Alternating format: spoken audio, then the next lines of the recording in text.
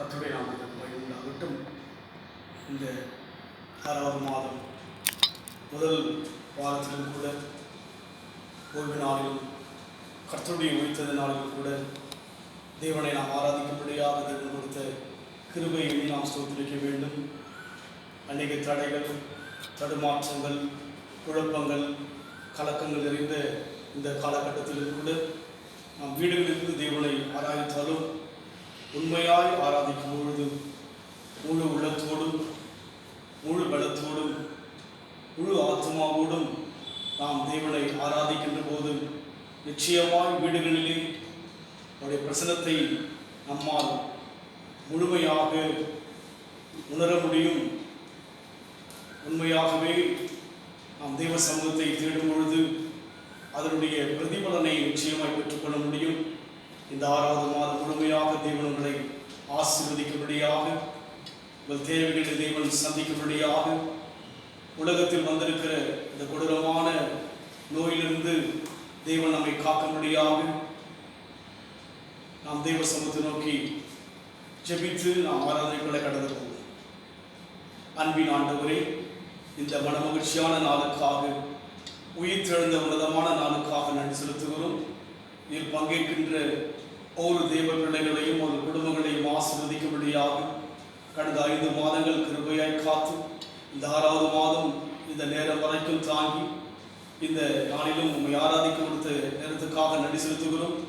ஒவ்வொரு தேவ ஜனங்களையும் ஆசீர்வதியும், குடும்பத்தின் எல்லா தேவைகளையும் எதிர்பார்ப்புகளையும் சந்திப்பீராக உம் கரங்களில் ஒப்புக் கொடுக்கிறோம். குறிப்பாய் கர்த்தாவே, ஆராதனை முடிவிலே நாங்கள் வீடுகளிலிருந்து உடைய திருவிருந்தில் பங்கேற்கின்றபடியினாலே எங்களை பரிசுத்தப்படுத்தும்படியை ஜெபிக்கிறோம். எங்களை இரத்தத்தினால் கழுவும்படியை ஜெபிக்கிறோம். நாங்கள் பயத்தோடும் கருத்தோடும் கவனத்தோடும் ஆண்டவரே நாங்கள் அதில் பங்கேற்க உதவி செய்யும்.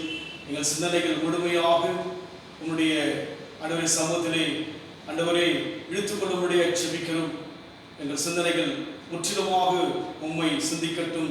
எங்கள் யோசனைகள் முழுமையாக உம்மை யோசிக்கட்டும். எங்களை ஒருமுகப்படுத்தும். ஒவ்வொருவரும் தூரத்தில் இருந்தாலும் நீ சமீபத்தில் யாவரோடும் இருப்பதற்காக நன்றி செலுத்துகிறோம். கர்த்தர் இந்த ஆராதனை பொறுப்படுத்திக் கொள்ளும். அடிமை மறைத்து நீர் வெளிப்படுவீராக. நாமத்தை தொடர்ந்து மையப்படுத்தும். இயேசுவின் நாமத்தில் பிதாவே, ஆமென். கர்த்தருடைய நாமத்துக்கு மகிமையுண்டாகட்டும். நாம் ஒரு பாடலை பாடி கர்த்தருடைய நாமத்தை நாம் மையப்படுத்துவோம். எந்த இயேசு நல்லவர் என்று நடத்துவார் என்ற பாடலை நாம் பாடி கர்த்தருடைய நாமத்தை மையப்படுத்துவோம். எந்த இயேசு நல்லவர் என்றும் நடத்துவார். எந்த இயேசு நல்லவர் என்றும் நடத்துவார். ஆஹா பேரின்பம் அவர் என் தஞ்சமே. ஆஹா பேரின்பம் அவர் என் தஞ்சமே. ஆளுதினம் அன்பருடன் இணைந்து செல்லுவே. ஆளுதினம் அன்பருடன் இணைந்து செல்லுவே. எந்த இயேசு நல்லவர் என்றும் நடத்துவார். அற்புதமா அவர் அன்பு, அன்பினோர் காக்கும் தூய அன்பு. அற்புதமா அவர் அன்பு, அன்பினோர்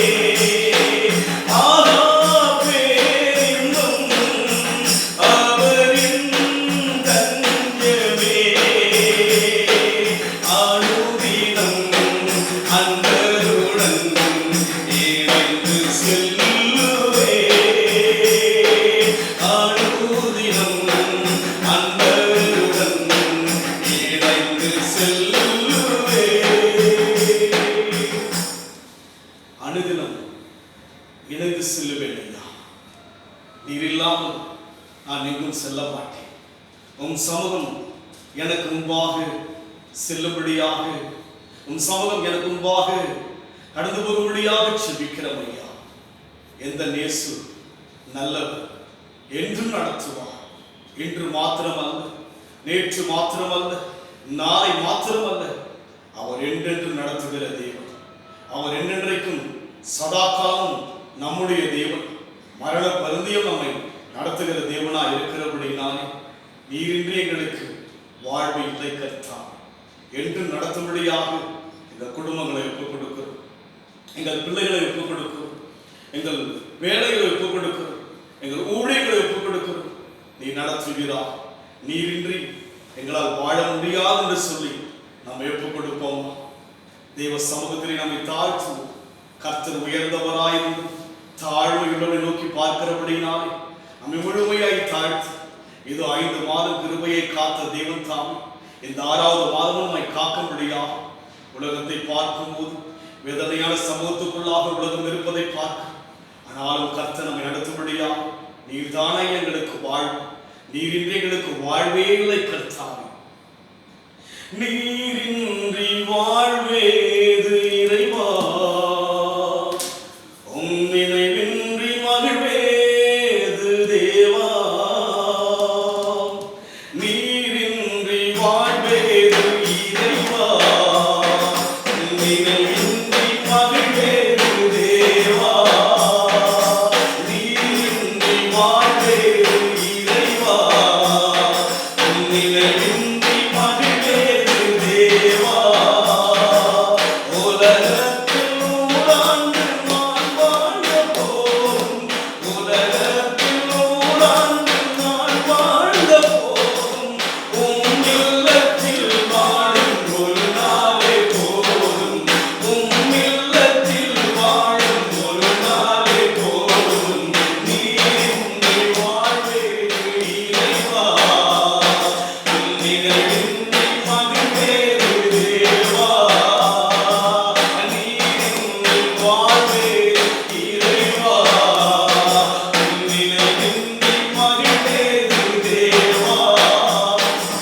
பல கோடி வார்த்தைகள் நான் கேட்ட போதும், இயேசுவே நீர் பேசும் ஒரு வார்த்தை போதும். பல கோடி வார்த்தைகள் நான் கேட்ட போதும், இயேசுவே நீர் பேசும் ஒரு வார்த்தை போதும். ஓராயிரம் ஜீவன் உயிர் வாழுவே, ஓராயிரம் ஜீவன் உயிர் வாழுவே. உம் வார்த்தையில் உண்டு அற்புதமே, உம் வார்த்தையில் உண்டு அற்புதமே. நீரின்றி வாழ்வேது இறைவா, நினைவின்றி மகிழ்வேது தேவா.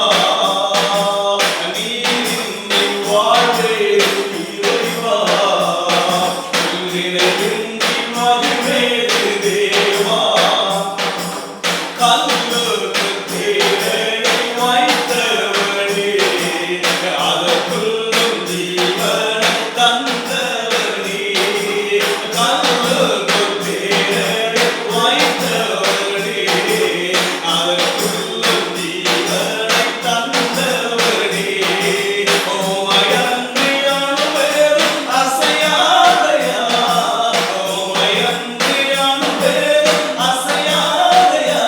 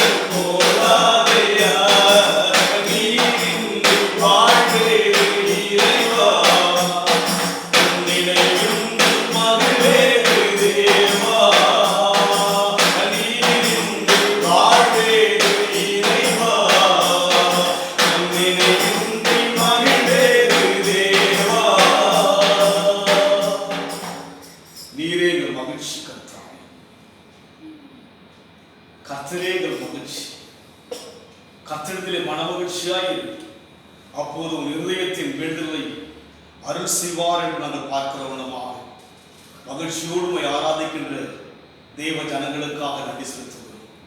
அவருடைய இருதயத்தின் விடுதலை அப்படியே அருள் செய்கிறார். மகிழ்ச்சியோடு கூட தேவ சமூகத்தை நோக்கி பார்க்கிற ஒவ்வொரு பிள்ளைகளையும் ஆசீர்வதிக்க வேண்டும். நன்றி செலுத்துகிறோம் ஆண்டவரே, நன்றியோடு துதிக்கிறோம். கர்த்தருக்குள் மகிழ்ச்சியாய் இருப்பதே உங்களுடைய பலன் என்று சொல்லி பார்க்கிறோம். ஒவ்வொரு குடும்பமும் மகிழ்ச்சியாக நோக்கி பார்க்கிறபடினாலே வருகின்ற காலத்துக்கு வேண்டிய பலத்தை தேவன் கொடுக்கும்படியாய் ஸ்தோத்திரிக்கிறோம். இந்த தேசம் முழுமையாய் இன்றைக்கு ஒரு பெரிய பாதிப்பை உலகம் சந்திக்கிறது, இந்த தேசம் சந்திக்கிறது ஐயா. ஆனாலும் உம்மிடத்தில் நாங்கள் மகிழ்ச்சியாய் இருக்கும்போது இப்பலத்தை அருளுகிற தேவனாய் இருப்பதற்காக நன்றி செலுத்துகிறோம். என் பலனாகிய கர்த்தாவே, உம்மில் அன்பு கூறுவேன் என்று சொன்னதுமாய் ஒவ்வொரு நாளும் உம்மில் அன்பு கூர்ந்து உம்மையே நோக்கி பார்க்கும்போது நீர் எங்களை பலப்படுத்துகிற தேவனாய் இருப்பதற்காக ஸ்தோத்திரம். உம் கரத்திலே இந்த நேரத்தை ஒப்புக் கொடுக்கிறேன். தேவனுடைய பிரசன்னம் இறங்கட்டும். இந்த முகநூல் வழியாய் பார்க்கின்ற ஒவ்வொரு தேவ குடும்பங்களையும் நீர் ஆசீர்வதிக்க வேண்டும். உன் பிரசன்னம் கடந்து போக வேண்டும். பலத்தினாலும் அல்ல, பராக்கிரமத்தினாலும் அல்ல, உன்னுடைய ஆவியினால் எல்லாம் ஆகும் என்று சொல்லி பார்க்கிறோம். ஆவியானவர் எங்கு உண்டு அங்கு விடுதலை உண்டு கர்த்தாவே. என் தேவன் உலகம் முழுமையாக ஆவியாக உலாவிக் கொண்டிருப்பதற்காய் நன்றி. நீதிமான்கள் மேலுடைய கண்கள் நோக்கமாக இருப்பதற்காய் நன்றி செலுத்துகிறோம். ஒவ்வொருவரையும் ஆசீர்வதியும் இயேசுவின் நாமத்தில் பிதாவே. கர்த்தருடைய நாமத்திற்கு மகிமை உண்டாவதாக. இந்த நாளிலும் கூட கர்த்தருடைய மனமகிழ்ச்சிய நாளிலும் தேவனை நாம் ஆராதிப்பது ஒரு பெரிய ஒரு பாக்கியமாக நாம் எண்ண வேண்டும். கர்த்தர் நம்முடைய கரங்களிலே கொடுத்திருக்கிற நன்மைகளை நாம் பெற்றுக்கொள்ள தேவன் விரும்புகிறார். தேவ சமூகத்தை நாம் தேடும் பொழுது கர்த்தரை தேடுவதற்கு ஒரு நன்மையும் குறைவுபடாது என்று சொல்லி பார்க்கிறோம். இந்த 6வது மாதத்திலும் கூட தேவன் கொடுத்த வாக்குத்தத்தங்களை வைத்து உங்களோடு கூட தேவனுடைய செய்தியை பகிர்ந்து கொள்ள விரும்புகிறேன். யூதாவின் புத்தகத்தை வாசிக்கும் போது யூதா எழுதின நிருபம், யூதாவின் நிருபம் 24ஆம் வசனத்தை நாம் கடந்த முதல் தேதியில் தியானித்தோம். யூதா 24. வலுவாதபடி உங்களை காக்கவும் தமது மகிமை உள்ள சன்னிதானத்திலே மிகுந்த சந்நிதியானத்திலே மிகுந்த மகிழ்ச்சியோடு உங்களை மகிமையுள்ள சன்னிதானத்திலே என்று சொல்லி நாம் இந்த மாதத்தில் தியானித்தோம். அதையே நான் வாக்குத்தத்தமாக உங்களுடைய மத்தியில் நான் அதை பகிர்ந்து கொண்டேன். மகிமையுள்ள சன்னிதானம், இந்த உலகத்தினுடைய பிரசன்ஸ், இந்த வேர்ல்ட், இந்த உலகத்தினுடைய நாம் இருக்கின்ற இடமானது இன்றைக்கு பயந்து கொண்டிருக்கிற இடமாய் இருக்கிறது. பயந்து கொண்டிருக்கிற ஒரு இடம்தான் இன்றைக்கு பூமியா இருக்கிறது. ஆனால் தேவனுடைய சன்னிதானம் என்பது மகிமையுள்ள சன்னிதானம். அவருடைய சன்னிதானத்திலே பயத்திற்கு இடம் கிடையாது. அவருடைய சன்னிதானத்திலே கலக்கத்துக்கு இடம் கிடையாது. அவர் சன்னிதானத்திலே குழப்பத்துக்கு இடம் கிடையாது. கண்ணீருக்கு இடம் கிடையாது.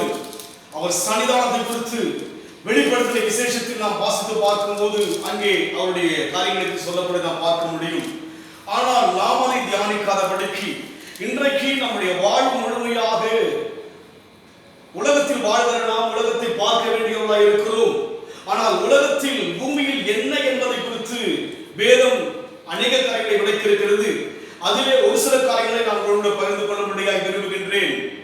பிரசங்கியின் புத்தகம் 2ஆம் அதிகாரம் 11ஆம் வசனத்தில் வாசிக்கும் போது, பிரசங்கியின் புத்தகம் 2ஆம் அதிகாரம், என் கைகள் செய்த சகல வேலைகளிலும் நான் பட்ட எல்லா பிரயாசத்தையும் கண்ணோக்கி பார்த்தேன். இதோ எல்லாம் மாயையும் மனதுக்கு சஞ்சலமாய் இருந்து சூரியனுக்கு கீழே. இந்த பிரசங்கியின் புத்தகத்தை எழுதியவர் சாதாரணமான ஒரு மனுஷன் அல்ல. தேவனுடைய தரிசனத்தை, தேவனுடைய சொப்பனத்தை கண்ட ஒரு விசேஷமான ஒரு இஸ்ரவேலிலே ஒரு பெரிய ராஜாவை வாழ்ந்த சாலமோனுடைய புத்தகம் தான் இந்த பிரசங்கியின் புத்தகம் என்பது. தாவீது ராஜாவுடைய மகனான சாலமோனை குறித்து வேதத்தில் பார்க்க முடியும். சாலமோனுடைய வாழ்க்கையினுடைய அந்தஸ்தை குறித்து வேதத்தில் அதிகமாக எழுதப்பட்டிருக்கிறது. அவருடைய காலங்களிலே தேவன் அவருடைய வாழ்க்கையில் சொப்பனம் மூலமாக வெளிப்படுத்தப்பட்டவராக இருப்பதை பார்க்கிறோம். சொப்பனத்திலே தேவன், இந்த உலகத்தை உண்டாக்கின தேவன் சாலமோனுக்கு வெளிப்பட்டு சாலமோனிடத்திலே கேட்கிறார், உனக்கு என்ன தேவை என்று சொல்லி. அப்படி சாலமோனிடத்திலே தேவன் கேட்டபோது சாலமோன் தேவ சமூகத்தில் கேட்கிறார், இந்த ஜனங்களை நடத்துவதற்கான ஞானம் எனக்கு வேண்டும் என்று சொல்லி. அப்பேற்பட்ட ஞானத்தை பெற்றவர் தான் இந்த சாலமோன் என்கிற ராஜா. வேதத்தில் பார்க்கும்போது இந்த சாலமோனுக்கு ஒத்ததான ஞானம் அவருக்கு முன்னும் கிடையாது. அவருக்கு பின்னால் வாழ்ந்த நமக்கு இல்லாதபடியான ஒரு விசேஷமான ஞானத்தை இந்த சாலமோனுக்கு தேவன் கொடுத்தார். உலகத்தை ஞானமாய் உண்டாக்கின தேவன் சாலமோன் ராஜாவுக்கு விசேஷமான ஒரு ஞானத்தை கொடுத்தார். அந்த ஞானமானது அவருக்கு முன்னால் பிறந்த யாருக்கும் இல்லையா, அவருக்கு பின்னால் பிறந்த யாருக்கும், இன்றைக்கு வாழ்கிற யாருக்கும் இல்லாத ஞானத்தை சாலமோனுக்கு தேவன் கொடுத்திருக்கிறார். அதை 100% தேவன் விசுவாசிக்கின்றோம். அப்பேற்பட்ட ஞானம் நிறைந்த ராஜா அந்த பிரசங்கி புத்தகத்தில் சொல்கிறார். அந்த வசனத்தில் வாசிக்கும் போது மறுபடியும் 2:11 வாசிக்கிறோம், என் கைகள் செய்த சகல வேலைகளையும் நான் பட்ட எல்லா பிரயாசங்களையும் கண்ணோக்கி பார்த்தேன், இதோ எல்லாம் மாயை என்று சொல்லி பார்க்கிறோம். நீங்கள் அந்த 2ஆம் அதிகார புத்தகத்தை அதிகாரத்தை வாசித்து பார்க்கும்போது அங்கே அவருடைய செழிப்புகளை குறித்து பார்க்கிறோம், அவருடைய மேன்மையை குறித்து பார்க்கிறோம், அவரிடத்தில் வேலை செய்வதை குறித்து பார்க்கிறோம், அவர் வாழ்ந்த இடங்களை பார்க்கிறோம். எல்லாவற்றையும் அருமையாக அவருடைய விருப்பத்துக்கு ஏற்றபடி உண்டாக்கினார். அவர் வாழ்ந்த காலத்தில் 40 வருஷம் இஸ்ரவேல் தேசத்தை ஆண்ட போது அந்த தேசமானது அமெரிக்கையாக சமாதானமாக சந்தோஷமாக இருந்ததாக சொல்லப்படுகிறது. 40 வருஷம் ஞானத்தோடு கூட அவர் ஞானத்தை கேள்விப்பட்ட அநேகர் அவரை பார்க்கக்கூடியவர்கள் தேசம் அநேக உலகத்திற்கு தேசத்திற்கு கடந்தவர். அப்பேற்பட்ட ஞானமான அந்த மனுஷன் அவன் எல்லாவற்றையும் ஆராய்ந்து பார்த்த பிற்பாடு சொல்லுகிறார், பார்த்தேன் இதோ எல்லாம் மாயை என்று சொல்லி பார்க்கிறோம். மகிமுள்ள சன்னிதானம் தேவனுடைய சன்னிதானம். ஆனால் இங்கே பார்க்கிறோம் சூரியனுக்கு கீழாக எல்லாம் எப்படி இருக்கிறது, மாயை என்று சொல்லி பார்க்கிறோம். மனதுக்கு எப்படி இருக்கிறதா, சஞ்சலமா இருக்கிறது. ஒன்று மாயா இருக்கிறது, இரண்டாவது மனுஷனுடைய வாழ்க்கையிலே இந்த பூமி சஞ்சலமா இருக்கிறது. சஞ்சலம் இன்றைக்கு பார்க்கிறோம். சஞ்சலத்தை உலகம் பார்த்துக் கொண்டிருக்கிறது, தவிப்பை உலகம் பார்த்துக் கொண்டிருக்கிறது. எங்கும் சமாதானம் முழுமையாய் இல்லை, எங்கும் சந்தோஷம் முழுமையாய் இல்லை, எங்கும் நிம்மதி முழுமையாய் உலகம் முழுமையாய் இல்லை. அதை அங்கே ஏறக்குறைய 2000 ஆண்டுகளுக்கு முன்பாக ஆண்டவர் பிறப்பதற்கு முன்பாக சாலமோன் ராஜா சொல்லுகிறார், பூமிக்கு கீழாக இங்க நான் பார்க்கிறோம் சூரியனுக்கு கீழாக எப்படி இருக்கிறது, ஒன்று மாயா இருக்கிறது, இரண்டாவது சஞ்சலமா இருக்கிறது, மூன்றாவது அதுல எந்த விதமான பலன் கிடையாது. ஒன்று கிடையாது, எந்த பலனும் கிடையாது. பலனற்ற உலகத்திலே நாம் வாழ்வதை குறித்து சாலமோன் சொல்லுகிறார். ஒன்று மனதுக்கு சஞ்சலமா இருக்கிறது, பலன் இல்லாமல் இருக்கிறது, மாயா இருக்கிறது. மகிமையுள்ள சன்னிதானம் தேவ சன்னிதானம். அவரால் உண்டாக்கப்பட்ட இந்த பூமியானது சாலமோன் எல்லாவற்றையும் அனுபவிக்க முடியாத அதிகாரம் பெற்றவர். எதை அவர் விரும்புகிறாரோ அது அவருக்கு தடையில்லாமல் கடந்து வரும். இந்த உலகத்தின் மேல் அவ்வளவு ஆசை வைத்தவராக எல்லாவற்றையும் அவர் அனுபவித்த போதிலும் கூட முடிவில் சொல்லுகிறார், ஒன்று மாயையும், இரண்டாவது சஞ்சலமும், மூன்றாவது பலன் ஒன்று கிடையாது. பலன் ஒன்று கிடையாது, பலன் ஒன்று கிடையாது. யோபு சொல்கிறார், நிர்வாணியாய் பிறந்தேன் நிர்வாணியாய் கடந்துபடி சொல்லி பலன் ஒன்றுமில்லாத இந்த பலனற்ற உலகத்தை தான் உலகத்தில் வாழ்கிற நாம் நோக்கி பார்த்து கொண்டே இருக்கிறோம். ஆனால் தேவ சன்னிதானம் எப்படி இருக்கிறது, மகிமையுள்ள சன்னிதானம். மகிமையுள்ள சன்னிதானம், அவருடைய சன்னிதானம் மகிமை உள்ளது. glory, அவருடைய பிரசன்னம், அவருடைய சமூகம் என்பது ஒரு மகிமையானதாக இருக்கிறது. இந்த உலகம் பார்ப்பதற்கு அழகா இருக்கிறது, கவர்ச்சியா இருக்கிறது, கண்ணுக்கு இனிமையா இருக்கிறது. ஆனால் அவை எல்லாம் எப்படி இருக்கிறது, சாலமோன் சொல்லுகிறார், அது முடிவு என்ன, மாயையும் மனதுக்கு சஞ்சலமும் பலன் ஒன்றுமில்லாததான் இந்த உலகம் இருக்கிறது. இதை தான் நோக்கி பார்த்துக் கொண்டிருக்கிறோம், ஓடிக்கொண்டே இருக்கிறோம், ஓடிக்கொண்டே இருக்கிறோம், தேடிக்கொண்டே இருக்கிறோம், நாடிக்கொண்டே இருக்கிறோம். ஆனால் அதனுடைய முடிவு என்னோடு சொன்னால் மாய். இரண்டாவது மனதிற்கு சஞ்சலம், மூன்றாவது கிடத்தை ஒன்றுமே ஒன்றுமே ஒன்றுமில்லை. சாதாரண மனுஷன் அல்ல, விரக்தியான மனுஷன் சொல்லவில்லை அதை. பெரிய ராஜா, உலகத்தில் அவனை போல ஞானவான் ஒருவரும் கிடையாது சொல்லி வேதம் சொல்கிறது. அதை 100க்கு 100 நாம் விசுவாசிக்கிறோம். அப்பேற்பட்ட ராஜா சொல்கிறார், ஒன்றும் கிடையாது, ஒன்றும் கிடையாது, ஒன்று கொண்டு வந்ததும் இல்லை, ஒன்றும் கொண்டு போவதும் இல்லை. அப்பேற்பட்ட உலகத்தில் ஓடிக்கொண்டிருக்கிற நாம் இதிலேயே மூழ்கி இருக்கிறோம். இதிலேயே நம்முடைய கவனமும் நம்முடைய கற்பனை எல்லாம் இதுதான் இருக்கிறது. ஆனால் தேவனோ நமக்கென்று மகிமுள்ள சன்னிதானத்தை நமக்காய் தேவன் வைத்திருக்கிறார். அந்த இடத்துக்கு நம்மை கொண்டு போகக்கூடியாக மகிமுள்ள சன்னிதானத்தை வைத்திருக்கிறபடினாலே அதோடு மாத்திரமல்ல, அதே பிரசங்கி 3:19 வாசிக்கும் போது, மனுபுத்திரருக்கு சம்பவிக்கிறது மிருகங்களுக்கும் சம்பவிக்கிறது. மனுபுத்திரருக்கு சம்பவிப்பது மிருகத்துக்கும் சம்பவிக்கிறது. மனுஷனுக்கு என்ன சம்பவிக்கிறதோ அதுவும் மிருகத்துக்கும் சம்பவிக்கிறது. மாற்றமே இல்லை. மனுஷன் பெருமிதமாக யோசிக்கிறோம், ஆனால் வேதம் சொல்கிறது மனுஷனுக்கு சம்பவிப்பதே மிருகத்துக்கும் சம்பவிக்கிறது என்று சொல்லி பார்க்கிறோம். மனுஷனுக்கு என்ன நடக்கிறதோ அதேதான் மிருகத்துக்கும் அப்படித்தான் இருக்கிறது. மிருகத்துக்கும் அப்படித்தான் இருக்கிறது. அதை கூர்ந்து பார்க்கும் போது அதை முழுமை வாசிப்போம். சம்பவிக்கும், மனுஷருக்கு சம்பவிக்கிறது மிருகங்களுக்கு சம்பவிக்கும், அவர்களுக்கும் இவைகளுக்கும் ஏக சம்பவம் சம்பவம் என்று சொல்லி வேக அதாவது கனெக்ஷன் இருக்கும். மிருகத்தை யோசிக்கும் போது அது மிருகம் என்று சொல்லுகிறோம். ஆனால் மனுஷனுக்கும் மிருகத்துக்கும் சம்பந்தம் உண்டு.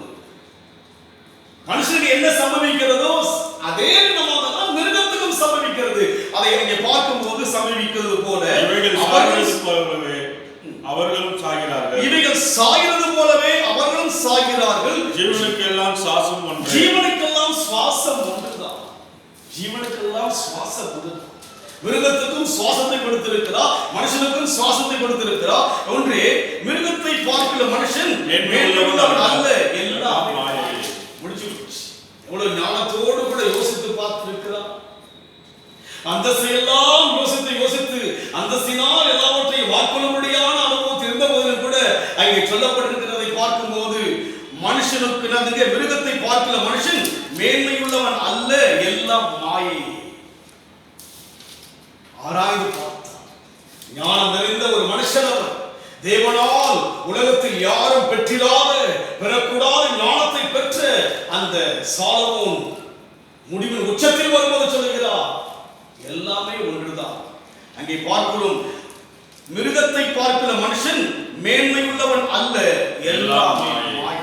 இன்றைக்கு மேன்மையாய் பேசுகிறோம், பெருமிதமாய் பெருமை மனுஷனுக்குள் பெருமை, அகந்தை, ஆணவம், சினம் இப்படியெல்லாம் மனுஷனுக்குள்ளாக அதிகமாக இருக்கிறது. ஆனால் வேதம் சொல்கிறது மிருகத்தை விட மனுஷனை கிடையாது பார்க்கிறோம், மேன்மையுள்ளவன் அல்ல, எல்லாமே சராசரி. அவருடைய பார்வையை பார்க்கும் போது மனுஷனும் ஒன்றுதான், மிருகமும் ஒன்றுதான். ஒரு முடிவு அப்படித்தான். மனுஷன் தான் மிருகத்தை ஆள முடியும், அதுவும் தேவன் தான் அவனை ஆட்கொள்ள முடியாத ஒரு கிருபையை தேவன் கொடுத்தார் நமக்கு. ஆனாலும் கூட அவர் பார்வையிலே எல்லாமே ஒன்றுதான். முடிவு என்பது மிருகத்துக்கு எப்படி இருக்கிறதோ அதே போலதான் மனுஷனுக்கு. நேற்று நான் ஒரு செய்தியை நான் பார்த்துக் கொண்டிருந்தேன். பார்க்கின்ற போது இந்த கொரோனாவினால் மறிக்கப்பட்ட சடலத்தை தூக்கி எறிகிறார்கள். சூழ்நிலை அப்படி இருக்கிறது, தூக்கி எறிகிறார்கள். அங்கே அந்த பிணத்தை புதைக்கும்படியாக பள்ளத்தை தோண்டி செய்கிறார்கள், பிணத்தை தூக்கி எறிகிறார்கள், மிருகத்தை போல தூக்கி எறிகிறார்கள். நம் தேசத்தில் கூட பெரிய பெரிய தலைவர்கள் மிருகத்தை போல அழிக்கப்பட்டார்களே. மிருகம் எப்படியாக அழிக்கப்படாது போல மிருகத்தை போல அழிக்கப்பட்டார்களே. தீவிரவாதம் மூலமாக அவருடைய முடிவை பார்க்கும் போது சுக்குநூறாக உடைக்கப்பட்டார்களே. மிருகத்துக்கு ஒப்பாய் அல்லவா மனுஷன் இருக்கிறார். இங்கே மிருகத்துக்கு மேலான மனுஷன் அல்ல. இதையெல்லாம் கூர்ந்து பார்க்கும் போது, இதையெல்லாம் வேதம் சொல்வதை யோசித்து பார்க்கும் போது எப்படி மாற வேண்டும்? நாம் நமக்காக மகிமுள்ள சன்னிதானத்தை தேவன் வைத்திருக்கிறார் அல்லவா? அந்த சன்னிதானத்துக்கு நம்மை தேவன் அழைக்கும்படியாக அழைத்திருக்கிறார். நாமோ உலகத்திலேயே நோக்கி பார்த்துக் கொண்டிருக்கிறோம், ஓடிக்கொண்டே இருக்கிறோம். ஓட்டத்தின் முடிவு என்ன? மாயையும் மனதுக்கு சஞ்சலமும். பலன் ஒன்று கிடையாது. என்ன பலன்? இருக்கும் காலம் தான் பலன். மறித்து விட்டால் அந்த பலனை கொண்டு போக முடியுமா? முடியவே முடியாதே. உலகத்தில் எப்படி வாழ்கிறோம்? பெருமிதமாய், பெருமையோடு கூட மற்றவர்களை இகழ்வாக, ஈவாக நம்முடைய வாழ்க்கை மற்றவர்களை எல்லாமா யோசிக்கிறவர்களாய் இருக்கிறோம் அல்லவா? தேவ சமூகத்தை நாம் பார்க்க வேண்டும். தேவன் எப்படி எல்லாம் விளக்கம் வைத்திருக்கிறார், வேதம் எப்பேற்பட்ட விளக்கத்தை நம்ம கொடுத்திருக்கிறது. விலகி கொண்டிருக்கிறோமா? மற்ற விலகி கொள்ளாமல் இருக்கலாம். தேவ ஜனங்களாய் விலகி கொண்டிருக்கிறோமா? மகிழ்வுள்ள சன்னிதானத்திலே மாசற்றவராய் நம்மை கொண்டு போய் சேர்ப்பதற்கு அவர் வல்லமையுள்ளவராய் இருக்கிறார். அந்த சன்னிதானத்துக்குள்ளாய் கொண்டு போவதற்காக அந்த உலகத்துக்கு தேவன் வந்தார். காரணம் என்ன? ஏதேனுடைய சன்னிதானத்தை குறித்து நாம் பார்க்கும்போது அங்கே ஆதாம் ஏவாளும் நிர்வாணிகளாய் இருந்த போது கூட வெட்கப்படாமல் இருந்தார். காரணம் என்ன? அவர்கள் குழந்தையை போல இருந்தார். குழந்தையை போல தேவ சன்னிதானத்தை விட்டு அவர்கள் விலகி வந்ததாக ஆதியாகமத்தில் வாசிக்கிறோம். எடுத்து நாம் வாசிப்போம். ஆதியாகமம் 3ஆம் அதிகாரம் 8ஆம் வசனம் வாசிப்போம். பகலில் குளிர்ச்சியான வேளையில் தோட்டத்தில் உலாவுகிற தேவனாகிய கர்த்தருடைய சத்தத்தை அவர்கள் கேட்டார்கள். அப்பொழுது ஆதாமும் அவருடைய மனைவியும் தேவனாகிய கர்த்தருடைய சன்னதிக்கு விலகி தேவனுடைய சன்னதியை விட்டு விலகிட்டாங்க. தோட்டத்தில் இருந்தாங்க. எவ்வளவு காலம் இருந்தாலும் சொல்லப்படவில்லை. இருந்தார்கள். தேவ பிரசன்னத்துக்குள்ளாய் இருக்கும் போது 2ஆம் அதிகாரம் வாசிக்கிற வண்ணமாக அவர்கள் நிர்வாணிகளாய் இருந்த போதிலும் கூட வெட்கப்படாமல் இருந்தாலும் சொல்லி நாம் பார்க்கிறோம். நிர்வாணிகளாய் இருந்தார்கள், வெட்கப்படல. அவனுக்குள்ள எந்த விதமான வெட்கமும் இல்லை, எந்த விதமான காரியம் நன்மைதான் அவனுக்குள்ளே இருந்தது. ஆனால் தேவ சன்னிதானத்தை விட்டு விலகினார். அங்கே பகலில் குளிர்ச்சியான வேளையிலே அவளை சந்திக்கும்படியாய் தேவன் வருகிறார். தன் சாயலாய் உண்டாக்கப்பட்ட மனுஷனையும் சந்திக்கும்படியாக வாஞ்சியோடு தேவன் வருகிறார். ஆசையோடு தேவன் வருகிறார். அவர்களும் அந்த தோட்டத்துக்குள் உலாவுவார்கள். தேவனும் கடந்து வந்து உலாவி அவரோடு பேசிக் கொண்டே இருப்பார். அவரோடு கூட சந்தித்துக் கொண்டே இருந்தார் தேவன். ஆனால் அவர்களுக்குள்ளாக அங்கே நாம் பார்க்கிற வண்ணமாக 2ஆம் அதிகாரம் 17 வாசிக்க பார்க்கலாம். ஆதியாகமம் 2:17. ஆனாலும் நன்மை தீமை அறியத்தக்க விருட்சத்தின் கனியை புசிக்க வேண்டாம். நன்மை தீமை அறியத்தக்க கனியை புசிக்க வேண்டாம் என்று சொன்னார். அந்த தோட்டத்தில் இருக்கிற எல்லா கனிகளையும் புசிக்கும்படியாக நன்மை தீமை அறியத்தக்க கனியை புசிக்க வேண்டாம் என்று சொன்னால் அந்த தோட்டத்தில் எல்லாம் நன்மையாகவே இருந்தது. அதிலே நன்மை தீமை அறியத்தக்கதான ஒரு கனியை தேவன் வைத்தார். அதை புசிக்க வேண்டாம் என்று சொன்னார். அதை புசித்தால் வரும் பலன் என்னவென்று சொல்லி தேவனுக்கு தெரியும். அதை புசிக்க வேண்டாம் என்று சொல்லி தேவன் அங்கே சொல்வதை பார்க்கிறோம். அதை அவர்கள் புசித்து விட்டார்கள். நன்மை தீமை அறியத்தக்கதான கனியை புசித்து விட்டார்கள். நன்மைதான் தேவனுக்குள் இருந்தது. தேவன் படைத்த ஒவ்வொரு படைப்பை பார்க்கின்ற போது அங்கே பார்க்கிறோம் நல்லதாகவே உண்டாக்கினார் தேவன். அவருடைய சிருஷ்டிகள் எல்லாவற்றையும் பார்க்கும் போது நல்லதென்று கண்டார். அவர் உண்டாக்கிற எல்லாவற்றையும் நல்லது நல்லது நல்லது என்று கண்டார். ஆனால் ஒன்று மாத்திரம் என்ன? நன்மை தீமை அறியத்தக்கதான ஒரு கனியை இங்கே வைத்தார். மற்றதெல்லாம் அதை தோட்டத்துக்குள்ளாக எல்லாம் நல்லதாக இருந்தது. ஆனால் நன்மை தீமை அறியத்தக்கதான அந்த கனியை புசிக்கின்ற நாளை நீங்கள் சாகவே சாவீர்கள் என்று சொன்னார். அதை புசித்து விட்டார்கள். அதை குறித்து அப்போஸ்தலனாகிய பவுல் சொல்கிறார். ரோமர்கள் நிருபத்தில் வாசிக்கும் பொழுது 7ஆம் அதிகாரம் ரோமர் 7ஆம் அதிகாரம் 19ஆம் வசனம் வாசிப்போம். ஆதலால் நான் விரும்புகிற நன்மையை செய்யாமல் விரும்பாத தீமையை செய்கிறேன். அந்தபடியே நான் விரும்பாததை நான் செய்தால் நான் அல்ல, எனக்குள் வாசம் செய்கிற பாவமே அப்படி செய்கிறது. ஆனபடியால் நன்மை செய்கிற விரும்புகிற என்னிடத்தில் தீமை உண்டு என்று ஆனபடியால் நன்மை செய்ய விரும்புகிற என்னிடத்தில் தீமை உண்டு என்கிறதை பிரமாணத்தை காண்கிறேன். பாருங்க, நன்மைதான் தேவன் படைத்த போது இருந்தது. நன்மைதான் இருந்தது. நன்மை இருந்தபடினால் தான் ஆதாமும் ஏவாளும் நிர்வாணமாய் இருந்த போது வெட்கப்படல. எல்லாமே நன்மை, அவங்களுக்குள்ள ஒரு நல்லதா இருந்தது. தேவன் ஆரம்பத்தில் மனுஷனை படைத்த போது நன்மைதான் இருந்தது அவர்களுக்குள்ளாக. தீமை என்பது கிடையாது. எப்போது நன்மை தீமை அறியத்தக்கதான அந்த கனியை புசித்தார்களோ அப்போது மனுஷனுக்குள்ளாய் தீமை வந்துவிட்டது. அதைத்தான் இங்கே பவுல் சொல்கிறார். ஆனபடியினால் நன்மை செய்ய விரும்புகிற 22 வாசிக்கிறோம். ஆனபடியினால் நன்மை செய்ய விரும்புகிற என்னிடத்திலே தீமை ஒன்று உண்டு என்பதை ஒரு பிரமாணத்தை படைக்கப்பட்ட போது மனுஷனுக்குள்ளாய் நன்மை இருந்தது. எப்போது அந்த கனியை புசிக்கும்படியாய் பிசாசு இறங்கினாலோ, ஏவாளுக்குள்ளாய் பிசாசு இறங்கினாலோ, அப்போது தீமை மனிதனை ஆட்கொண்டு விட்டது. அது வரைக்கும் தேவ பிரசன்னம் இருந்தது, தேவனுடைய சன்னிதானத்துக்குள் இருந்தார்கள், நன்மைதான் இருந்தது.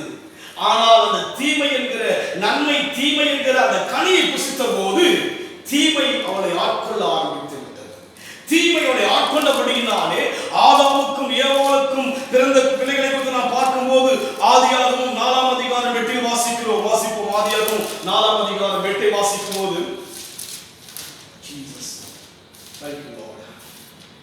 காயின் தன் சகோதரனாகிய ஆபேலோடு பேசினார்.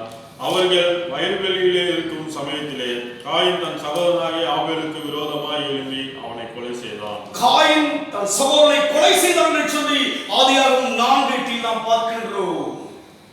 தேவனால் படைக்கப்பட்ட ஆதாமினால் உருவாக்கப்பட்ட ஏவாள் தேவனுடைய மகிமையில் வாசம் செய்தார்கள். தேவனுடைய பிரசன்னத்துக்குள்ளே இருந்தார்கள். அவர்கள் நிர்வாணியாய் இருந்தபோது அவளுக்குள்ளாக எந்த விதமான வெட்கமும் எந்த விதமான கலக்கம் இல்லாதபடி இருந்தார்கள். நன்மை தீமை அறியத்தக்கதாக பிசாசினால் ஏவப்பட்டு அந்த நன்மை தீமை அறிந்ததால் அந்த கனியை புசித்த மாத்திரத்திலே பயம் வந்தது, நடுக்கம் வந்தது, கலக்கம் வந்தது, குழப்பம் வந்தது, எல்லாம் வந்தது. நிர்வாணம் என்கிற எண்ணம் வந்தது. அவளுக்குள்ளாக எல்லா எண்ணங்களும் வந்தது. அவர்களை அந்த ஏதேன் தோட்டத்தை விட்டு, தேவ சன்னிதானத்தை விட்டு தேவன் விலக்கினார் என்று சொன்னால் அந்த சன்னிதானத்திலே நன்மைதான் இருக்க முடியும், தீமை இருக்க முடியாது. காரணம் என்ன? தீமையை பார்க்க மாட்டாத சுத்த கண்ணர். நன்மையின் தேவன் இந்த உலகத்தை உண்டாக்கினவர் மனுஷனுக்கு நன்மை செய்யவே கடந்து வந்திருக்கிறார். நன்மை இந்த உலகத்தில் வானத்தில் இருக்கிற அவருடைய படைப்புகளை பாருங்கள், அது ஏதாவது தீமை இருக்குமோ? மழை உலகத்துக்கு நன்மையை கொடுக்கிறது, சூரிய ஒளி உலகத்துக்கு நன்மையை கொடுக்கிறது, சந்திரனுடைய ஒளி உலகத்துக்கு நன்மையை கொடுக்கிறது, நட்சத்திர ஒளிகள் உலகத்துக்கு நன்மையை கொடுக்கிறது, சமுத்திரம் நன்மையை கொடுக்கிறது, பர்வதங்கள் நன்மையை கொடுக்கிறது, எல்லாமே தேவ படைப்புகள் நன்மையை கொடுக்கிறது. அவரிடத்தில் ஒரு தீமை சொல்ல முடியாது. நன்மையின் தேவன் தீமை அவளுக்குள் வந்தபடியினாலே தீமை அவளை இழுத்து விட்டது. தேவ சன்னிதானத்தை அவள் பார்க்க முடியாதபடிக்கு அவளை மறைத்து விட்டது. தேவன் வருகிறார், உலாவி அவளை பார்க்க முடியாது. ஆதாமே எங்கே இருக்கிறாய் என்று அங்கலாய்ப்போடு கூட நடந்து வருகிறார். ஆதாமும் மறந்து விட்ட காரணம் என்ன?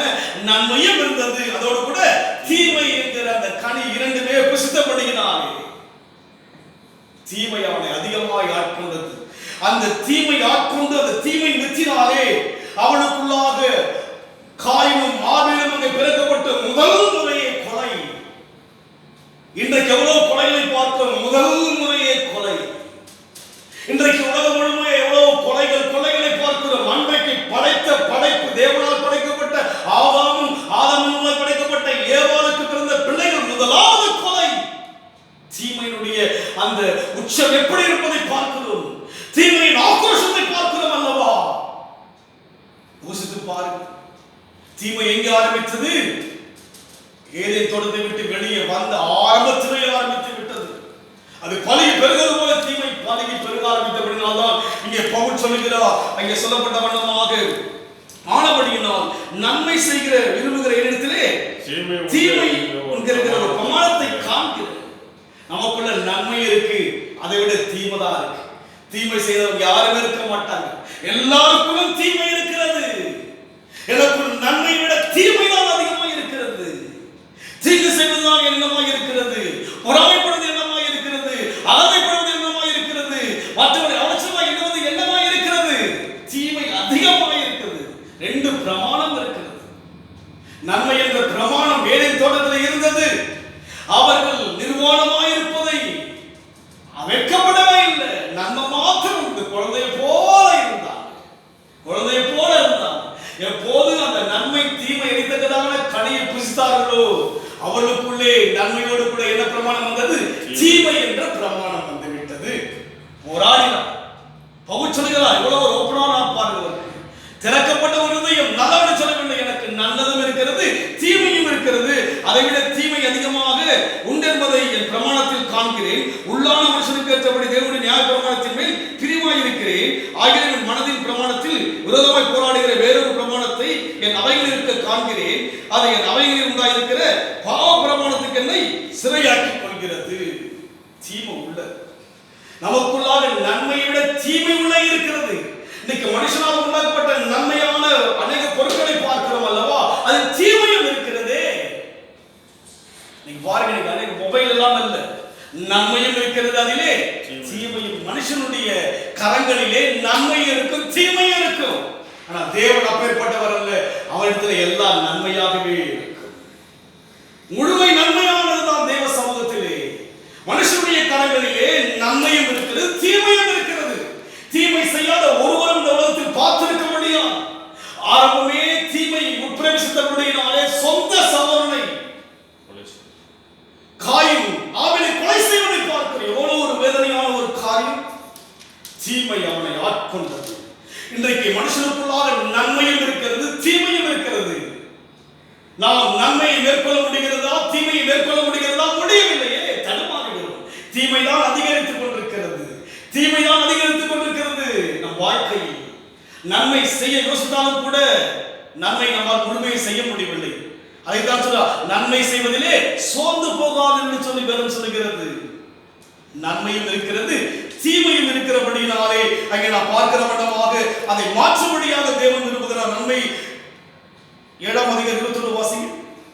ஆனபடியால் நன்மை செய்ய விரும்புகிற என்னிடத்தில் தீமை உண்டு என்கிற ஒரு பிரமாணத்தை, நன்மை செய்கிற என்னிடத்தில் எனக்கு தீமை இருக்கு. இதுதான் மனுஷனுக்குள்ள இருக்கு.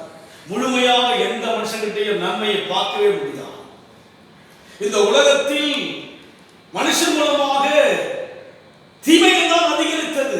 தேவனால் படைக்கப்பட்ட அந்த படைப்புகள் எல்லாமே நன்மைதான், எல்லாமே நன்மைதான்.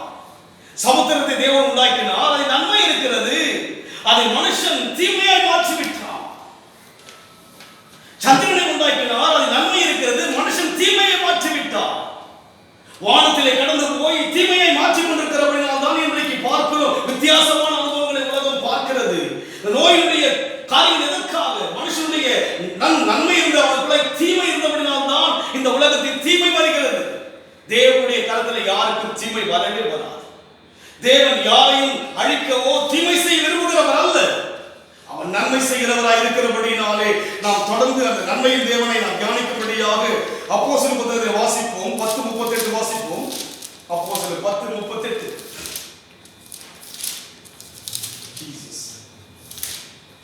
நசரேயனாகிய இயேசுவை தேவன் பரிசுத்த ஆவியினாலும் வல்லமையினாலும் அபிஷேகம் பண்ணினார். தேவன் அவரோடு கூட இருந்தபடியினாலே அவர் நன்மை செய்கிறவராக சுற்றி திரிந்தார் சொல்லி, நன்மை செய்கிறவர் தேவன். பிதாவின் பிரதிபலிப்பை இந்த உலகத்தில் காண்பிக்க இயேசு வந்தார். அவர் எப்படி இருந்தார்? நன்மை செய்கிறவராக இருந்தார். புதிய ஏற்பாட்டில் பார்க்கின்ற போது ஆண்டவர் இயேசுவை பார்க்கிறோம், நன்மை செய்கிறவராகவே இருந்தார், நன்மை செய்கிறவராக இருந்தார். தேவன் என்பவர் நன்மையின் தேவன்.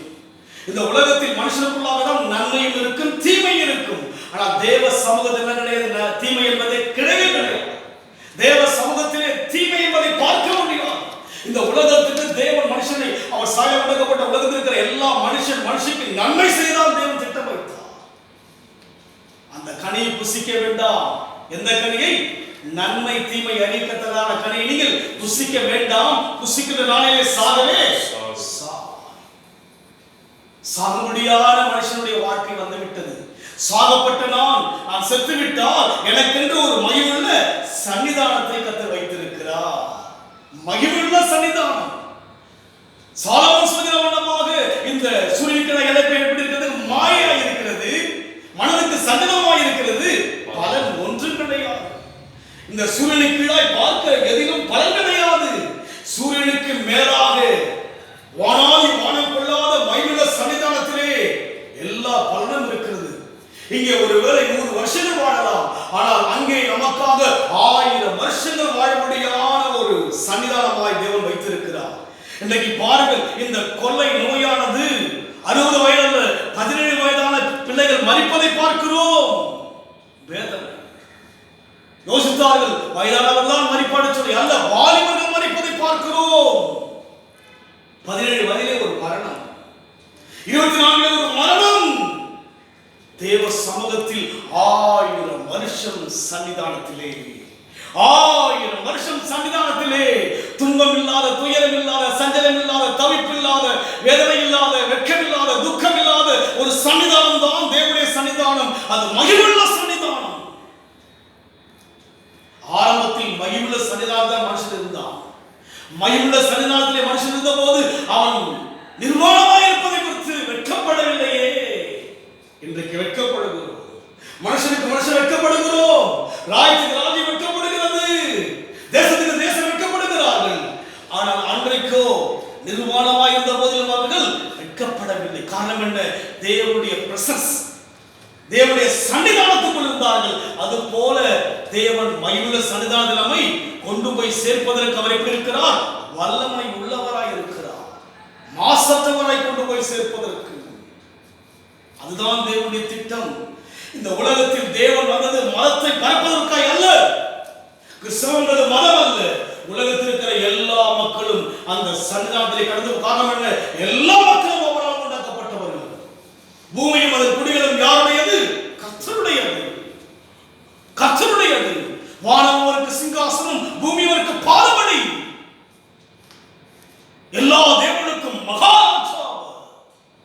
மகத்துவமானவர், ஆலோசனை கர்த்தர், வல்லமையுள்ள தேவன், நித்திய பிதா, சமாதான பிரபு, எல்லா நாமத்துக்கும் மேலான நாமமுள்ள தேவன் அவர்.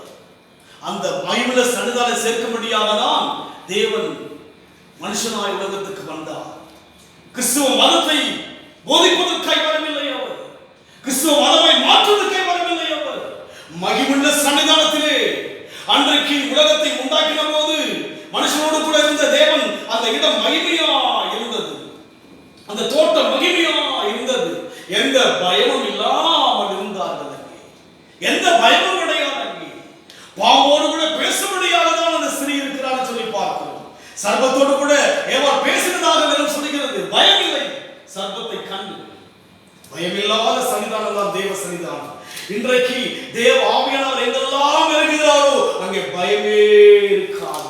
தேவன் நமக்கு பயமுள்ள ஆவியை கொடாமல் பலமும் அன்பும் தெளிந்த ஆவியை கொடுக்க சொல்லி அப்போஸ்தலனாகிய பவுல் தீமோத்தேயுவிடம் சொல்வதை பார்க்கிறோம். அதுபோல இன்றைக்கு நம் வாழ்க்கையிலே அவர் நன்மை செய்கிற தேவன். இந்த உலகத்தில் வந்திருக்கிற இந்த காரியத்திற்கு தேவன் அல்ல பொறுப்பு. நன்மை தீமை யாருக்கு இருக்கிறது? மனுஷங்கிட்ட இருக்கிறது. நன்மையும் மனுஷங்கிட்ட இருந்தது, தீமையும் மனுஷங்கிட்ட இருக்கிறது. ஒரு ராஜாவிடத்தில் நன்மையும் இருக்கும், தீமையும் இருக்கும். ஒரு தலைவரிடத்தில் நன்மையும் இருக்கும், தீமையும் இருக்கும். ஒரு குடும்பத்தில் நன்மை இருக்கும், தீமை இருக்கும். கணவனுக்குள் நன்மை இருக்கும், தீமை இருக்கும். மனைவிக்குள் நன்மை இருக்கும், தீமை இருக்கும். பிள்ளைகளுக்குள் நன்மை இருக்கும், தீமை இருக்கும். பெற்றோருக்குள் நன்மை இருக்கும், தீமை இருக்கும். ஆனால் தேவனுக்குள்ளோ நன்மைதான். தேவனுக்குள்ளோ நன்மைதான். அதை குறித்து நாம் பார்க்கும்போது யாக்கோபில் வாசிக்கிறோம். யாக்கோபின் புத்தக நிருபத்தில் வாசிக்கும் போது 1:7 சொல்லப்படுகிறது. நன்மையான எந்த ஈவும் பூரணமான எந்த வரம் என்று வருகிறது? ஜோதிகளின் பிதாவிலிருந்து வருகிறது. அதில் யாதொரு மாறுதலோ யாதொரு வேற்றுமையும் நிழல் கிடையாது. கேட்டகரி பார்க்கிறவர் அல்ல, உயர்வுதான் பார்க்கிறவர் அல்ல. நன்மையான எந்த ஈவும் இந்த உலகத்துக்கு கொடுக்கிறவர் அவர். யாதொரு மாறுதலோ யாதொரு வேற்றுமையும் நிழல் கூட கிடையாது. யாரெல்லாம் இயேசுவை கூப்பிடுறாரோ அவளுக்கு நன்மைதான். நன்மையான எந்த ஈவும் பூரணமான எந்த வரமும் ஜோதிகளின் பிதாவிலிருந்து வருகிறது. அதிலே யாதொரு மாறுதலோ மாற்றுமையினுடைய நிழல் கிடையாது, வேற்றுமே கிடையாது. எந்த மதத்தை சார்ந்தவர்களும் இயேசுவை கூப்பிட்டால் அவரது நன்மைதான் கடந்து வரும். இயேசு நன்மை. இந்த உலகத்தை உண்டாக்கின தேவன் நன்மை. அவரால் படைக்கப்பட்ட வானம், அவரால் படைக்கப்பட்ட சிசிகளை பாருங்கள், மரம் செடி கொடிகளை பாருங்கள். எதிலாவது நன்மை இருக்கிறதா? மனுஷன் செய்யும் போதுதான் தீமை வருகிறது. அவர் செய்கிற எல்லாவற்றிலும் நன்மை இருந்தது. நன்மைதான். அவருடைய படைப்பில் எதையாவது தீமை சொல்ல முடியுமா? ஒன்றும் சொல்ல முடியாது. ஒன்றும் சொல்ல முடியாது.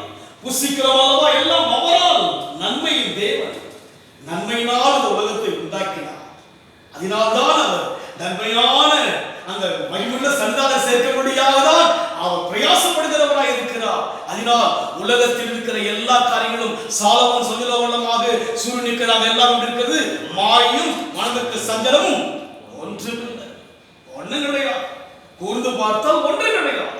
அதனால் நாம் தேவனை பார்க்கும்படியாக ஒப்புக் கொடுக்க வேண்டும். அதோடு மாத்திரமல்ல, சங்கீதம் 23:6 வாசிப்போம். ஜீவனுள்ளதாம் நன்மையும் கிருபையும் ஆண்டுகிட்ட நன்மை தாங்க. இந்த உலகத்தில் வாழ்கிற தேவ ஜனமே, தேவ சமூகத்துக்கு தீமை வராது, நன்மை வரும். மனுஷன் மூலமாக நன்மையும் வரலாம், தீமையும் வரலாம் என்று சொன்னால், நன்மை தீமை அறிந்ததான கனியை மனுஷன் புசித்தபடினால் தான் அது புசிக்காதீங்கன்னு சொன்னார். அவருக்கு தெரியும் அந்த கனியை புசிப்பதனால் பின்வரும் காரியம் என்னவென்று சொல்லி யாருக்கு தெரியும்? தேவனுக்கு தெரியும். அது பிசாசுக்கும் தெரியும். யாருக்கு தெரியவில்லை? மனுஷனுக்கு தெரியவில்லை. மனுஷனுக்கு தெரியவில்லை. இன்றைக்கு நம் வாழ்க்கை கூட யார் தேவன் என்று மனுஷனுக்கு தெரியாதபடி இருக்கிறது. தேவ திட்டம் என்னவென்று தெரியாதபடி இருக்கிறது. அவருக்கு தெரியும் நன்மை தீமை என்றால் என்னவென்று சொல்லி. ஏதேன் தோட்டத்துக்குள்ளாய் இருக்கும் காலம் வரைக்கும் மகிழ்ச்சியோடு இருந்தார்கள். எத்தனை காலம் என்று சொல்லி விவரங்கள் சொல்லப்படவில்லை. ஆனால் அங்கே தேவன் மனுஷனோடு கூட உலாவுகிறவராய் இருந்தார். தேவ சத்தத்தை கேட்கத்தக்கதான அனுகிரகத்தை ஆதாமும் ஏவாளும் பெற்றிருந்தார்கள். மறுபடியுமாய் அந்த அனுகிரகத்தை தேவன் கொடுக்கும்படியாக உலகத்தில் நோவா என்கிற ஒரு மனுஷனை தேவன் தெரிந்து கொண்டார். அவர் மூலமாக ஒரு சந்ததியை உருவாக்கினார். நோவாவின் நாட்களிலே ஜனத்தினாலே உலகத்தை அழித்தார். அவன் மூலமாய் உருவாக்கின பிற்பாடும் கூட தேவ சத்தத்தை கேட்க முடியாதபடிக்கு ஜனங்கள் தூரமாய் சென்று கொண்டிருந்தார்கள். அப்படி இருக்கின்ற போதுதான் ஆபிரகாம் என்கிற ஒரு மனுஷனை தேவன் தெரிந்து கொண்டார். ஆபிரகாம் மூலமாய் ஒரு சந்ததியை உண்டாக்கினார். அந்த சந்ததியிலே ராஜாக்களை கர்த்தர் உண்டாக்கினார். சாலோமோனை கர்த்தர் அங்கே பார்க்கிறோம், தாவீதை பார்க்கிறோம், அநேக ராஜாக்களை பார்க்கிறோம். அந்த சந்ததியில் தானே இந்த உலகத்தை உண்டாக்கின தேவன் பிறக்கும்படியாக எண்ணம் கொண்டார். இதற்காக உலகத்தில் இருக்கிற எல்லா மனுஷரும் வெளியே வரும்படியாக மகிமுள்ள சன்னிதானத்திலே மாசற்றவராய் கொண்டு போய் சேர்ப்பதற்கு அவர் வல்லமை உள்ளவர். அந்த அதிகாரத்தை நாம் வருகிற நாட்டிலே தியானிக்க போகிறோம். இன்றைக்கு தியானித்த காரியம் என்ன? இந்த சூழ்நிலைகளாய் இருப்பது என்ன?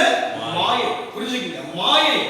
இரண்டாவது மனதுக்கு சஞ்சலம். மூன்றாவது ஒன்று கிடையாது. இதுல எவ்வளவு பிரயாசங்கள், இதுல எவ்வளவு மோதல்கள், இதுல எவ்வளவு சண்டைகள், இதுல எவ்வளவு பிரச்சனைகள் நிறைந்திருக்கிறது. முடிவுதான் என்ன? மாயை. மனதுக்கு சஞ்சலம். எவ்வளவு சஞ்சலம் இருக்குது மனசுக்குள்ளாக. வெளியே செல்லாவிட்டாலும் வீட்டுக்குள்ள இருக்கிற உனக்கு சஞ்சலம் எவ்வளவு இருக்கிறது யோசித்து பாருங்க. ஒண்ணு கிடையாது. யார் சொன்னது? ஒரு விரக்தியான மனுஷன் சொல்லவில்லை, ஆண்டு அனுபவித்த ராஜா சொல்கிறார். உலகத்தில் யாரும் பெற்றிராத விசேஷமான ஞானத்தை பெற்ற ராஜா. அவனுக்கு அந்த ஞானம் என்று சொன்னால் சாலமோனுக்கு அவனுக்கு ஞானத்தை கொடுத்தது. அவன் எப்பேற்பட்ட ஞானம் உள்ளவர்! ஞானத்தோடு கூட உலகத்திலே தன்னை ஒப்புக் கொடுத்தான். ஞானத்தோடு கூட உலகத்திலே தேவன் பிறந்தாரே, பரிசுத்தமாய் பிறந்தாரே தேவன். அதனால் இன்றைக்கு தேவன் ஜீவனுள்ளாம் தேவ பிள்ளையே, உனக்கு நன்மையும் கிருபையும் தொடரும். நீங்க பயப்படாதீங்க. தேவ ஜனமாய் நாம் தேவனை விசுவாசிக்க வேண்டும். வேதத்தில் சொல்லப்பட்ட அத்தனை 100% விசுவாசிக்க வேண்டும். இந்த உலகத்தில் ஞானவான் யார்தான்? சாலமோன் தான். சாலமோனிலும் பெரியவர் யார்தான்? இயேசு கிறிஸ்து. ஒத்துக்கொள்ள வேண்டும். அப்பேற்பட்ட ஞானமுள்ள மனுஷன் தான் சொல்கிறார், சூழ்நிலைகளாக எல்லாம் மாயை. நான் கவர்ந்து இருக்க முடியாத இந்த காரியம் என்ன? மாயை. நான் யோசிக்கின்ற அந்த காரியம் என்ன? சஞ்சலங்கள். யார் மேல் அதிகமாய் படுத்த வைக்கிற அந்த சஞ்சலமும் தவிப்பும் தான். ஒன்று கிடையாது, ஒன்று கிடையாது. ஒன்றும் கொண்டு வந்ததும் இல்லை, ஒன்றும் கொண்டு போவது கிடையாது. யோசித்து பாருங்கள். பிணத்தை தூக்கி போடுறாங்க. இன்னும் கொஞ்சம் காலம் வரும்போது கழுதெல்லாம் பிணத்தை சாப்பிட முடியாத ஒரு காலம் வரும். யோசிச்சு பாருங்க. பவுஞ்சாய் மக்கள் மரித்தார். என்ன யோசிச்சு பாருங்க. சுனாமி மூலமாய் மரித்த போது பார்த்தீங்கன்னா ஆயிரக்கணக்கானவர்களை அப்படி என்ன பண்ண, ஒரு பெரிய ஒரு ஆழமான ஒரு படகு அப்படியே தூக்கி எறிந்தார். ஒன்னும் செய்ய முடியாது. வேதம் எப்பொழுது விளக்கமாய் சொல்கிறது? தேவன் எப்பேற்பட்ட உண்மை உள்ளவர், எப்படி விளக்கி காண்பிக்கிறார்? தேவன் ஞானமற்ற நம்முடைய வாழ்க்கையிலே ஞானத்தின் தேவன் தாமே அவனை குறித்து விளக்கமாய் காண்பிக்கிற ஒரு மகிமையான வேத புத்தகத்தை நாம் கையிலே தேவன் கொடுத்திருக்கிறார். இதை நாம் பயன்படுத்தாதபடிக்கு நம்முடைய வாழ்க்கை வீணாய் போகிறது. ஓடுகின்ற ஓட்டம் என்ன? சூழ்நிலைகளாய் மாயை என்பதை மறந்து போகாதிருப்போம். சஞ்சலம் தான், மறந்து போகாதீங்க. ஒன்று கிடையாது. ஓடி ஓடி உடைத்து ஆடி பாடி எடுத்துக்கலாம். ஒன்று கிடையாது, ஒன்று கிடையாது, ஒன்று கிடையாது. மகிமுள்ள சன்னிதானத்திலே நம்மை கொண்டு போய் சேர்ப்பதற்கு அவர் வல்லமையுள்ளவராக இருக்கிறார். ஜீவனுள்ள காலம் நன்மையும் கிருபையும் நம்மை தொடரும் என்று சொல்ல, நன்மையான எந்தையும் பூரணமான எந்த எங்கிருந்து வருது? அங்க இருந்தா. மனுஷங்கிட்ட நன்மை இருக்கும் தீமை இருக்கும். பட் ஆனா தேவன்கிட்ட என்ன கிடையாதுங்க? நன்மை ஒன்றுதான். எல்லாமே நன்மை தான்.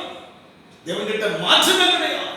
யாதொரு மாறுதலோ வேற்றுமைகள் கூட கிடையாதுங்க. வேற்றுமைகள் கிடையாது. இயேசு கிறிஸ்து வாழ்ந்த போது எரிகோ வழியாய் வருகின்ற போது ஒரு பிச்சைக்காரன் கூப்பிடுகிறான், குருடன் கூப்பிடுகிறான். ஆனால் சீசன் அதட்டுகிறார். காரணம் என்ன? அவன் ஒரு குருடன், இரண்டாவது ஒரு பிச்சைக்காரன். இயேசு அந்த இடத்தை தாண்டி போய்விட்டான். அவன் அதிகமாய் கூப்பிடுகிறான், தாவீதின் குமாரனே எனக்கு இறங்கி விட சொன்ன போது யாதொரு மாறுதலோ வேற்றுமை இல்லாதபடினாலே இறங்கினார். ஐயா இறங்கினார்.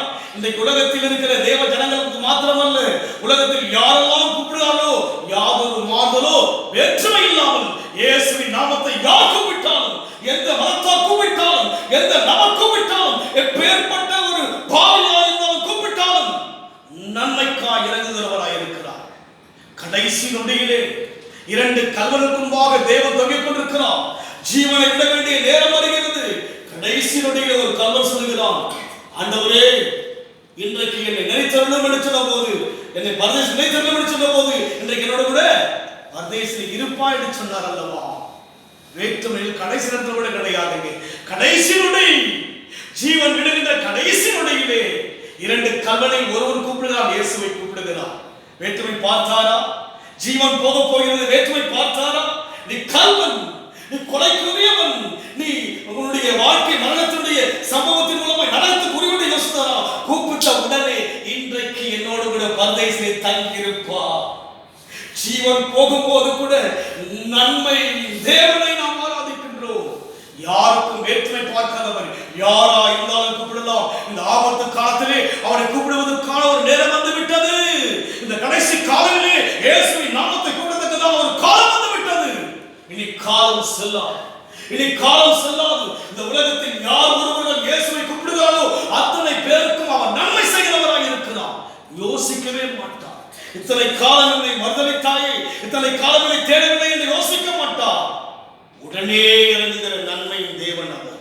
மனுஷன் தான் நன்மை தீமை உள்ளவன். மனுஷனுக்குள்ளாய் நன்மையும் இருக்கும் தீமையும் இருக்கும். ஆனால் தேவனுக்குள் நன்மைதான். அவர் வடிவம் முழுமையாக நன்மைதான். பரிசுத்தத்தின் தேவன் மாத்திரமல்ல, சரீரம் முழுமையாக, அவை முழுமையாக, அவருடைய சுபாவம் முழுமையாக, அவர் தன்மை முழுமையாக நன்மைதான். இந்த உலகத்தில் யார் வேண்டுமானாலும் கூப்பிட முடியாத தேவன். அவர்கிட்ட யாதொரு மாறுதலோ வேற்றுமை கூட கிடையாது. கூப்பிடல. உலகத்தின் ஜனங்கள் கூப்பிடலாம் தேவனை. ஆபத்திலே இன்றைக்கு பயந்து கொண்ட ஜனங்கள் இயேசுவை கூப்பிடலாம். இலவசமாய் கூப்பிடலாமே, இலவசமாய் கூப்பிடலாமே. மகிமையுள்ள சன்னிதானத்திலே நம்மை சேர்த்து விடையல்லவோ அந்த மகிமையின் தேவன் இந்த பூமியில் இறங்கி வந்தார். சூரியனுக்களாய் மாய நிறைந்த உலகத்திலே மகிமையின் சன்னிதானத்தை விட்டு தேவன் இறங்கி வந்தாரே. காரணம் என்ன? நன்மை செய்ய, மனுஷனை மீட்டெடுக்க. இன்றைக்கு நம் வாழ்க்கையிலே நாம் பெற்ற நன்மைகளை மற்றவர்கள் சொல்லியே தீர வேண்டும், மற்றவர்கள் சொல்லியே தீர வேண்டும். ஆபத்து சூழ்ந்திருக்கிற ஒரு காலத்தில் வந்துவிட்டோம். சென்னையை பார்க்கும்போது சீற்றம் அதிகரிப்பதாக சொல்லப்படுகிறது. நம் ஜனங்களுக்குள் பயம் சூழ்ந்திருக்கிறது அல்லவா? தேவன் நன்மையின் தேவன் என்பதை நாம் முதலாவது விசுவாசிக்க வேண்டும். தேசத்தில், நம் சென்னையில், நம்முடைய மாநிலத்தில், நம்முடைய உலகத்தில் இருக்கிற ஜனங்களுக்கு நன்மை செய்யவே தேவன் விரும்புகிறார். நன்மை செய்வதற்காய் சிலுவையில் தேவன் தூக்கினார். நன்மை செய்வதற்காய், மனுஷனை மீட்பதற்காக அவர் சிலுவையில் அடிக்கப்பட்டார், அவமானப்படுத்தப்பட்டார், அக்கிரமக்காரனாய் எண்ணப்பட்டார், வாயினால் அடிக்கப்பட்டார், ஈட்டினால் குத்தப்பட்டார், காலில் விழப்பட்டார், கன்னத்தில் அறையப்பட்டார். இவையெல்லாம் நன்மைக்காக, மனுஷனுக்கு நன்மைக்காக ஜீவனை கொடுத்தாரே. நன்மையின் தேவன் இன்றைக்கு ஆபத்தான காலகட்டத்தில் உலகம் இருக்கிறது, ஆபத்தான காலகட்டத்தில் தேசம் இருக்கிறது, ஆபத்தான காலகட்டத்தில் மாநிலம் இருக்கிறது, ஆபத்தான காலகட்டத்தில் சென்னை இருக்கிறது. இயேசுவை நாம் கூப்பிட வேண்டிய நேரம் வந்துவிட்டது. அவரிடத்தில் நன்மை, நன்மை சுகத்தை அவரால் கொடுக்க முடியும். மரித்தவனை உயிரோடு கூட அவரால் எழுப்ப முடியும். இந்த காரியத்தை செய்ய முடியும். மனுஷனுக்குள் நன்மையும் இருக்கும், தீமையும் இருக்கும். எவ்வளவு டாக்டர்கள் போராடுகிறார்கள், முடியவில்லையே, மறித்து போய்விடுகிறார்கள். காரணம் என்ன? மனுஷன்கிட்ட நன்மை இருக்கும், தீமை இருக்கும். ஆனால் தேவன் கிட்ட நன்மை தான். நன்மையின் வடிவத்தை ஆராதிக்கிறபடியினாலே நன்மையும் கிருபையும் தொடர வேண்டும் என்று சொன்னால் சங்கீதம் 23:1 சொல்லப்படுகிறது, கர்த்தர் என் மேய்ப்பராய் இருக்கிறார். அவர்கள் குடும்பத்தை மேய்க்கும்படியாக ஒப்புக் கொடுங்கள். நீங்கள் நடக்க வேண்டாம், உங்கள் சொந்த எண்ணத்தில் நடக்க வேண்டாம், சுயத்தில் நடக்க வேண்டாம், அவர் மேய்க்கட்டும். நாம் பாடின வண்ணமாக எந்த நேசு நல்லவர் என்றும் நடத்துவார். நீர் எனக்கு வாழ்வில்லை என்று நாம் ஒப்புக் கொடுக்கும் போது தேவன் நடத்துவார். மகிமுள்ள ஒரு சன்னிதானத்திலே தேவன் சேர்ப்பதற்காக தான் இந்த உலகத்துக்கு வந்தார். மதத்தை ஸ்தாபிக்கல்ல. உலகம் மதமாய் சிந்திக்கிறது, அதை மாற்ற வேண்டும் என்று சொன்னால் நாம் தான், தேவ பிள்ளைகள் தான் அதை மாற்றுவதற்குரிய வேலைகளை செய்ய வேண்டும். நமக்குள் இருக்கிற நன்மையின் தேவனை நாம் அனைவருக்கு சொல்லுவோம், அதிகமாக ஜெபிப்போம். சென்னை பட்டணத்தை அதிகமாக தாக்கும்படியாக இடைப்படுகிற இந்த நோயினுடைய காரியத்தை கர்த்தர் தான் மாற்ற முடியும். அவர்தான் நன்மையை செய்ய முடியும். தேசத்தினுடைய தலைவர்கள் நன்மை செய்ய யோசிக்கிறார்கள், நன்மையும் வருகிறது, அதே மனுஷனுக்கு தீமையும் வருகிறது. ஆனால் தேவ சமூகத்தில் நன்மை வரும். நன்மையும் கிருபையும் என்னை தொடரும். இந்த குடும்பத்தில் நாம் மெய்ப்பராய் வைப்போம். கர்த்தர் மெய்ப்பராய் இருக்கிறார், நான் தாட்சி அடையே. அவர் நடத்துவார், உங்களை நடத்துவார். பலவீனங்கள் ஒன்றும் வராதபடி கர்த்தர் நடத்துவார். பயமில்லாமல் நன்மையின் தேவனை தொடர்ந்து ஆராதிப்போம். நீ நன்மை செய்தபடினால் அவரை பாட வேண்டும். சங்கீதக்காரர் சொன்னது போல நாம் வாழ்க்கை முழுமையாக அவரை பாட, அவரை தேட, அவரோடு உறவாட, அவர் சமூகத்தை நித்தமும் நம்முடைய வாழ்க்கையிலே அதிகமாய் தியானிக்கும்படியாய் தேவன் நமக்கு கிருபை செய்ய நாம் கண்களை மூடி கர்த்தரை நோக்கி பார்ப்போம். அன்பின் ஆண்டவரே, இந்த நல்ல செய்திக்காய் நன்றி செலுத்துகிறோம். மகிமுள்ள சன்னிதானத்திலே எங்களை மாசற்றவர்களாய் சேர்க்கும்படியாக சித்தமாய் இருக்கிறீர். சூரியனுக்குள்ளாக நாங்கள் பார்த்தவண்ணமாக மாயையும் மனதுக்கு சஞ்சலமும் ஆண்டவரே ஒன்றுமில்லை என்று நாங்கள் பார்த்துவிட்டோம். நன்மை தீமை அறியத்தக்கதான கனியை மனுஷன் புசித்தபடினால்தான் மனுஷனுக்குள்ளாக நன்மையும் தீமையும் மாறி வருகிறது. இன்றைக்கு தீமையின் காலத்தில் இருக்கிறோம்.